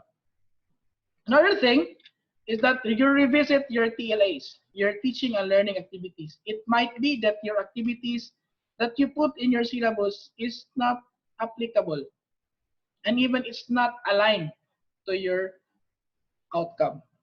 Okay po? So just like this one, maybe I put there an activity on a lecture, no? That I put there, no? I put it also some drills, no? These are activities that I put, but it might be that it is not applicable anymore in today's new normal. Another thing there is this assessment tasks or tools. It might be that your assessment is not anymore aligned, is not applicable, especially when you put their quizzes. I cannot do quizzes that is face-to-face now. I cannot put their seat work anymore because there's no face-to-face class anymore. Okay, so you might be changing something to adopt in this new normal. You have to innovate something to adapt in this new normal. Just like my example before Kim kanina. So this is the thing, no? Yung essential content, tingnan natin yung aligned to your outcome. TLAs in your assessment also, which is aligned to your outcome, and which is also considering the state in today's new normal. Okay? Another also that we might be looking when we redesign our syllabus is these materials. Maybe these materials may not be applicable anymore. Just like in USTP, we have these materials that we put, whiteboard, whiteboard marker, projectors, computers, and even laboratory materials that we had put there in our syllabus. It might not be applicable today. No? So you rewrite it in such a way that it would be applicable into this new normal. Okay? So what would be the focus on redesigning our syllabus? The first thing to do is to see the alignment between your COs to your POs, your course outcomes to your program outcomes. Okay po, it should be clear that your course is supporting to your particular program outcome, to a particular program outcome. And as we redesign our syllabus, we can see that alignment. As we write our course outcome, we can see that alignment to your program outcome. Another one, as we redesign our course outcome, which is an essential, okay, which is a guide in our content, no? Identification of essential content in line with the course outcome is important. So identify lang po natin yung kung ano yung mga essential content that is aligned to your course outcome. Okay? Yun yung essential, especially today na independent learning na yung just have blended or flexible learning that we have, no? Flexible learning. It's important that what we put there as content is really essential to the attainment of this particular outcome. So as we have this flexible learning, yun lang po yung essential lang talaga. Yung pong importanteng content lang po yung ilagay natin. Another one is the alignment of your teaching and learning activities to the attainment of your COs with consideration of the student state also. So again, it should be aligned. Your teaching and learning environment should be aligned to your COs. And consider also this new normal, especially to the state of your student. Okay? So consider nyo po, baka yung activities natin might not be any more applicable. So we can reconsider other means of activities that might be applicable for your student and today's new normal. And lastly, at alignment of your assessment tools or approaches in evaluating the student's performance in line with COs, TLAs, and your student state. So ano po yung assessment na pwede na tools in today's situation? We cannot do face-to-face assessment. We can do online. No? What other means of assessment that we can give to the student? No? Because there are a lot of ways of assessment. I think part of the webinar series, they will be also discussing about assessment. And I think the speakers in that the next mga topics po on assessment might be discussing some other assessment strategies that you can use in this new normal, that we can have it in this new normal. So the important thing there, as professor, this is an opportunity rather than a calamity for education, for higher education. This is an opportunity. In this new normal situation, this is an opportunity to innovate. No, this is an opportunity to, this is a way to adopt on things. Okay po. So let's not dwell more on the problem, but dwell more on the opportunity. No? Let us be positive with this, that we can do this flexible, not positive on COVID, but positive on doing this, on flexible learning. Okay po. Let's us be positive that we can do this. We can redesign our syllabus, that we can be prepared in this new normal, upcoming new normal, on this new normal that we have, and we can do this. No, we can innovate, and these things, the syllabus is in our control as educators, as professors. No, so di na po masyadong malaki yung i-change natin, but you rather focus into these four things: alignment of POs and COs, essential outcome, essential content, PLA's alignment, and your assessment alignment to your COs. So these four things is important if you redesign your syllabus. Siguro, after this, no, as part of the activity that we have asynchronously doing, is that you are going to redesign now your syllabus based on this new normal, and these are the focus on it. So I think Ched has urged you to bring your syllabus and your curriculum map. So it's now time to see that, to revisit the curriculum map, try to see the alignment, bring in the syllabus, cross-check it, no? And redesign our syllabus based on these four focus in our syllabus. Okay po, yun lang po. Thank you very much for listening. Hopefully, I have shared something to guide you as you redesign your syllabus today in preparation for this new normal that we have. Hopefully, I have shared something that inspired you, inspired us as a professor, no? That rather we see this as calamity, but we see this as an opportunity for everybody to innovate, no? Especially in higher education institution professors. So thank you very much, and good morning, everyone.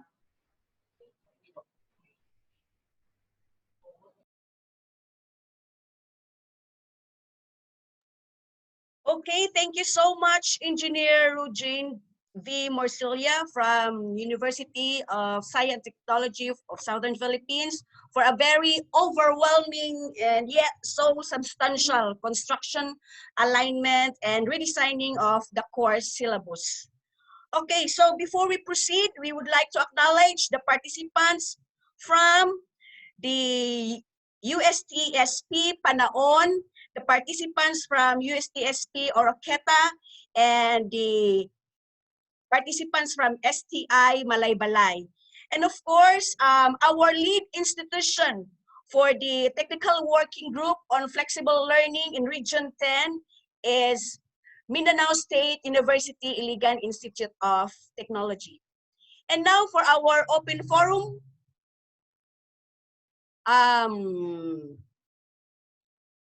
you may post your questions on the Zoom chat box or FB message box. Kindly indicate your institution and your name. So we have here a question from Stewart Pepania Senconiege to Engineer Morcilia, okay, of Medina Foundation College sa Pangdalaga. I just want to ask Engineer if what are the important components of a learning outcome? Thank you. Okay po, as what I have discussed there, the learning outcomes on, especially on crafting the course outcome, one important thing there, that the first thing to do is when we write our course outcome, is that first we should see that the alignment of which to your program. Okay, when we craft, let's say you write there, when we craft the skills and attributes that we put there in the course outcome, those skills and attributes should be aligned to your program. As well as when you write also the verb there that you put there, in considering the thinking skills that we put to the student, consider also those that is measurable.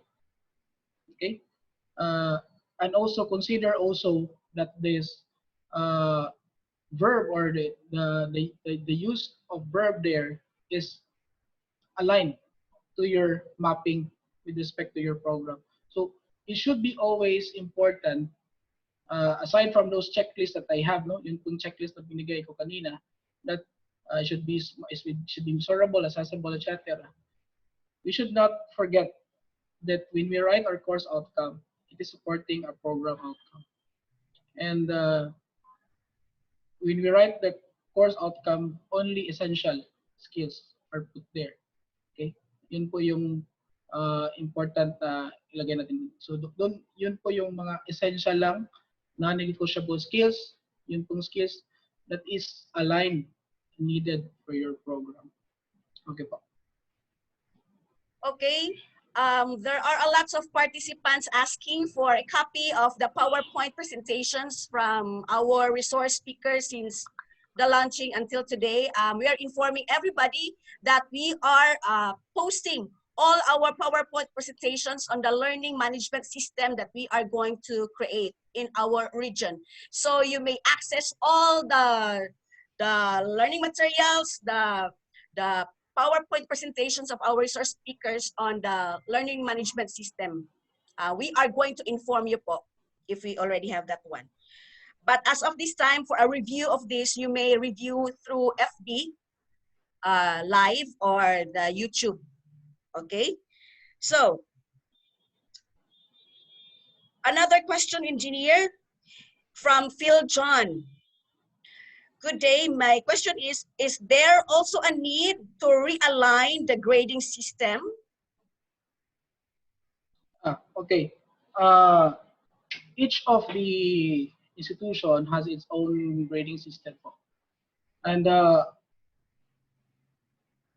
in our, it depends on, you know, but when we redesign our syllabus, especially when we craft into this new normal, I think the grading system is it may not be affecting anymore the grading system. No, what is important thing there is that our delivery as well our assessment, the way we assess our student, no, especially in today's new normal, should be aligned to the particular outcome as well as to your to this new normal situation. So kumbaga wala po siyang kinalaman doon po sa sa grading system natin. We can still conduct quiz. We can still conduct if you have, like in USTP, in our grading system, you have component of quiz, you have performance tasks that we have. We also have we have the 4 components that we have, no? In our we have term exam, no? We have class participation component in our grading system. All of those 4 can still be applicable in today, but rather how you do the class performance, how we give the class performance assessment, that's the way that we have to change. We have to innovate. How we do how we give our assessment for final exam or midterm exam, that's the way we innovate. How we give tasks to our student, especially for performance tasks, that's the way how we can do to innovate those things. How we give quizzes, so we should innovate those things. So it's not much more on changing our changing our grading system. It's there, no, it's there. But rather, in our control as professors, as in our HEIs, we should innovate in a way of assessing this for this grading system po. Yun pong assessment natin, yun po yung i-innovate natin to align to this new normal. Thank you. Okay, another question from Jing Toledo Brono.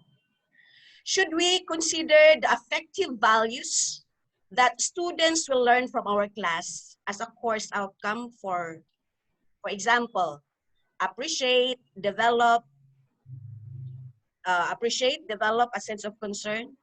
In such case, should all COs be measurable? Yeah. Outcomes, no? If sabi ko kanina, the course outcome should always be measurable. Yun po sa OBE natin, no? It should be smart. And as what I've said kanina,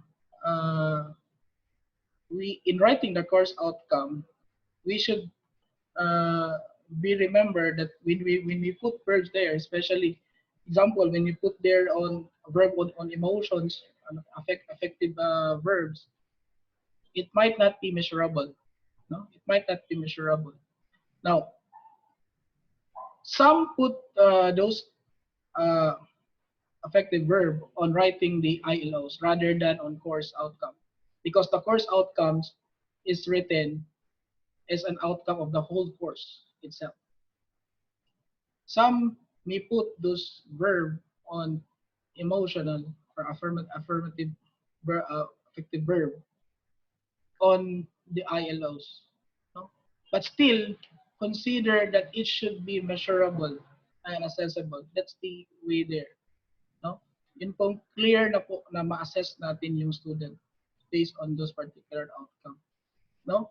The ILOs is written to support your particular course outcome, and there you can put their effective word, but again I said it should be measurable. All of the outcomes should be measurable, should be smart. Okay, thank you, Engineer. We have here a question from Mirna Fantonalgo. Do we have a template for the revised syllabus? Template. Okay. Siguro as of now, as wala po pa ako na-prepare na template, but rather what I have prepared for you is those 4 focus. No?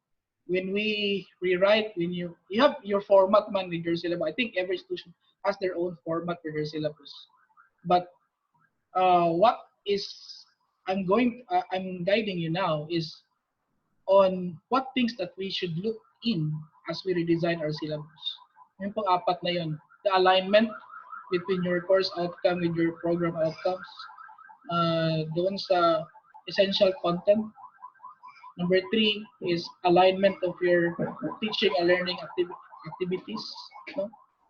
With respect to the new normal, as well as alignment of your assessment. Yun lang po yung 4 factors na tingnan natin when we redesign our syllabus. Okay po. So I think you have your own syllabus today. Tingnan natin 'yan, yung 4 na 'yon, and maybe we can see that there's something that we need to innovate in those areas.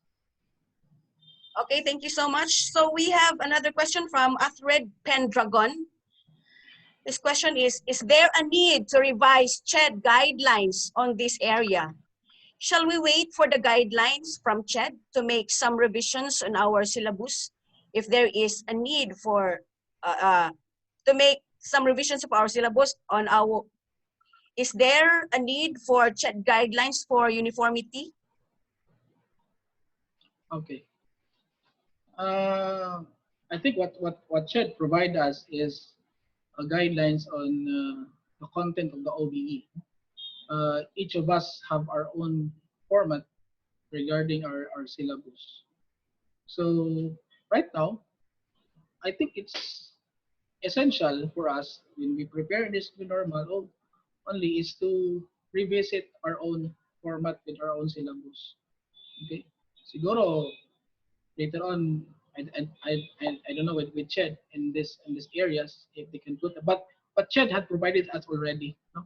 What is how we are going to do with the OBE, no? OBE with our syllabus, with our teaching and learning activities, and those things should be there in our own syllabus, in our own format. So I think that alone, okay, provides already a uniformity with respect to the how we do with our syllabus. So I think yun po, when we do redesigning, just focus on your own syllabus, your own format, and let's focus on those 4 areas, yun po, so that we can prepare in this new normal. Okay. Okay, watching live from Central Mindanao University, si Ayan Paul B. Saligumba. His question is, I would like to ask on what would I place in the PO since I am teaching in our laboratory high school? yeah, what will you place in your TO? I think every program have already in approved mapping. Yun po. So each if that laboratory course that you're teaching in, uh, the program that you're supporting to that actually has its own program outcomes. So you do not need to create your own TOs. No? Yun lang yung pong program, yun lang po yung may POs. And that course that you're teaching, whether it is laboratory course, is aligned to that particular program outcome. So you just ask the program itself kung ano pong PO yun na align siya. So I think every program has its own curriculum map. So let's say your laboratory course is on the particular na program, engineering for example, you ask the engineering department for that mapping so that you can see the alignment of your course. So no need to create your own program outcome. The only we have the only the program will create their own, will create their program outcome. Okay, next from the Camiguin Polytechnic State College from Alexander Morados. His question is, one basic principle of OBE according to Spady 1993 is designing backward. Is this the same as back to the basic principles or application of the philosophy of essentialism? Yeah. Yes. OBE, no, one specific thing in OBE is that it's stated in OBE, it's student-centered. Everything that we create, everything that we design should be student-centered. That's why it's designed backward. So, meaning, if you see that you want the program see that the students will become like this, if you want them to become like this, you design backward this outcome. So I think that's the important thing there. If you want a student to achieve this particular outcome, no, you say for example the course outcome, you want the student to have this course outcome, you should only consider use essential content in your syllabus, and design also a teaching and learning environment that would also support that particular outcome. Okay, essential outcome. So design a teaching and learning environment as well as assessment that would support that particular outcome. So I think yun po, yun po essential na content, and yes, it's designed backwards based on the student's perspective. Yun po yung OBE. Okay, another question from CMU, from Cherry May Balingit. Should general education curriculum courses be customized to each and every program of the institution, given that they are general education courses? Yeah. Ito po kasi yung one. When we craft our curriculum, when we do our mapping especially, the thing there is that when we craft this mapping, we should invite people from the Gen Ed, because actually it's guiding also the program on what to map it with their program. So in such a way, each of the Gen Ed is supporting a particular program outcome. Okay, so meaning this Gen Ed, okay, whether you are this general education man po. So how you, it's important na alam nung Gen Ed kung ano yung program that is supporting it, nagsusupport siya, so ano yung alignment doon sa curriculum map. So in such a way, the Gen Ed teaching and learning environment can be, I think, can be designed in such a way that it could fit that particular program, okay, based on the alignment of the curriculum. Okay, another question from Fred B. Deliava. Should there be any considerations on the time framework in plotting? Should there be any considerations on time framework in terms of plotting ILO, considering the new normal situation? Yeah. Okay. The the thing here, this new normal situation, especially when today, is that there is a opportunity that students can learn anytime, anywhere. No? Anytime, anywhere. So meaning what you put there as a time for learning for ILO might not be the same in the actual. Because I think if you can design your teaching and learning activities in such a way that students will be able to learn it anytime, anywhere, and they're in their own facing, no, in their own facing, no, the the time component there is not anymore a problem. No, time component in anywhere in the problem. So meaning each student may now have the same facing, no, in learning that particular outcome. No? As long as they can finish it, the whole thing throughout the whole semester, the whole course. Yun na po yung limit natin. But I believe so that each student have their own facing. And it's important today in this new normal, since we are going through this independent learning and flexible learning that we have. Each student have their own facing, and designing of this activities environment should be uh, should promote that one, that it can be learned anytime, anywhere. It's flexible to the needs of the student. Okay, Okay, question from the Misamis Institute of Technology, from Santo Manuel Galileo. Under the new normal, making use of flexible options, what teaching and learning activities and assessment tools are suitable? yeah, there are, I think ma-discuss po siguro nung mga next na mga speakers na doon sa teaching and learning activity that might be done, no? I think what is there are a lot of approaches, yun po. There are a lot of approaches that you can have, especially now it's going online, yun po.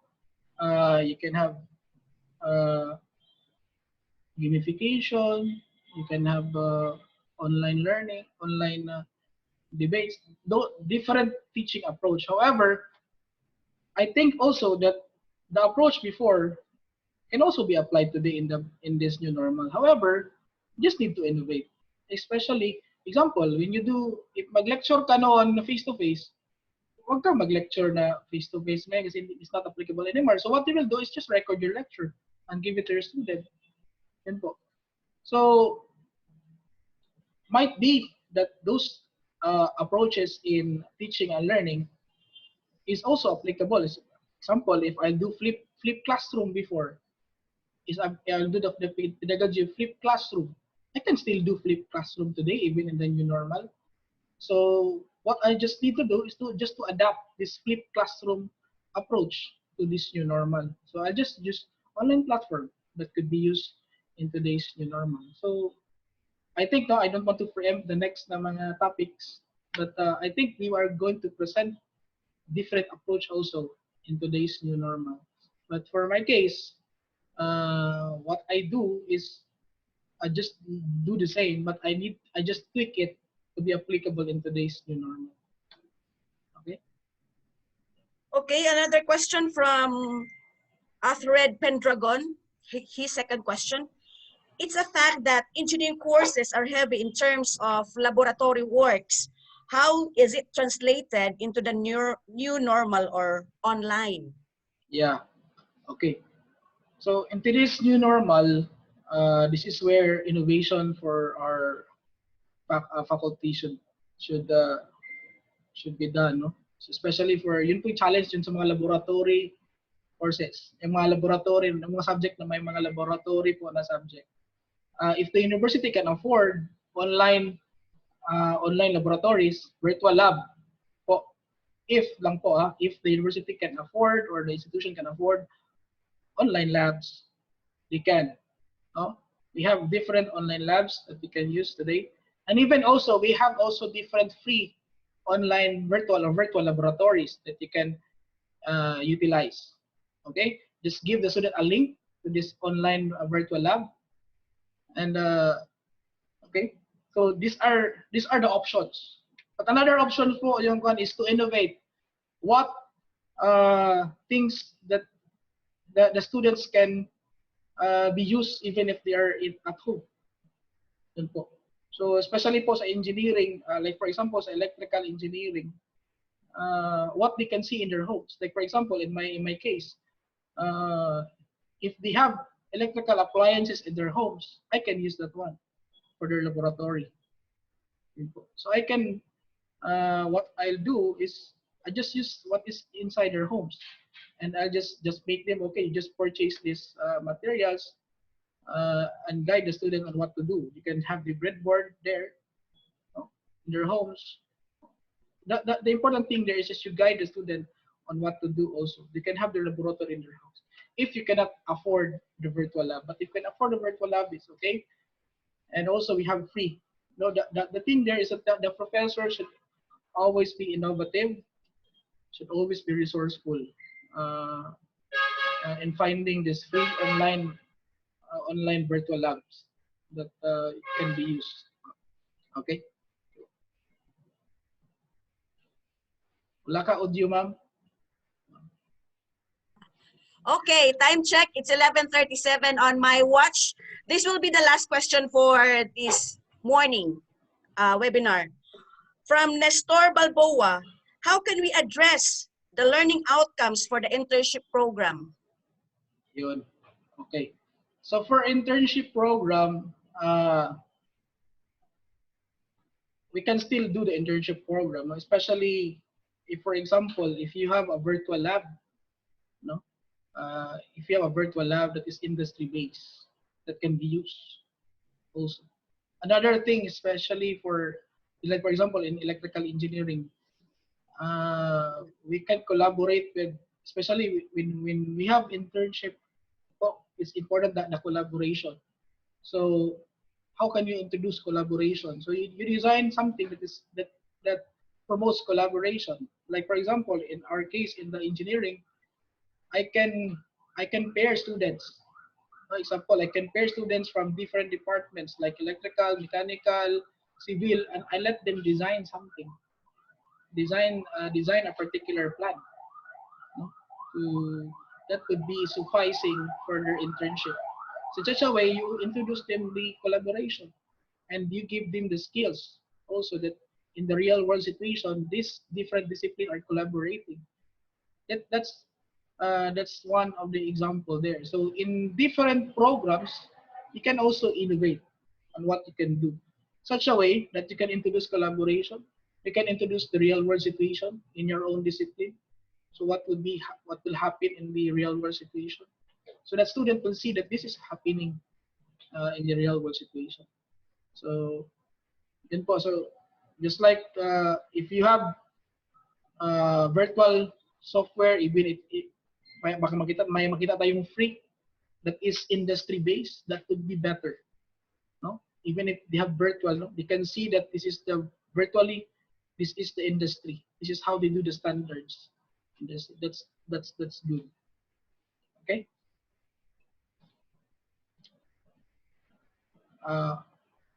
Okay, so there are still lots of questions hanging on. Just hold on with your questions.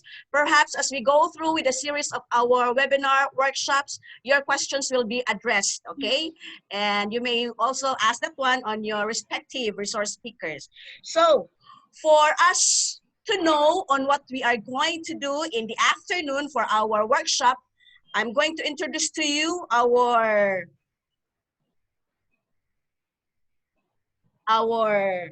beloved Dr. Amphi Dinagsao to to tell us on what are we going to do in this afternoon's workshop for her instruction. Dr. Amphi Dinagsao, please. Thank you very much, Ms. Rose. We would like to thank first our participants for joining us in this session.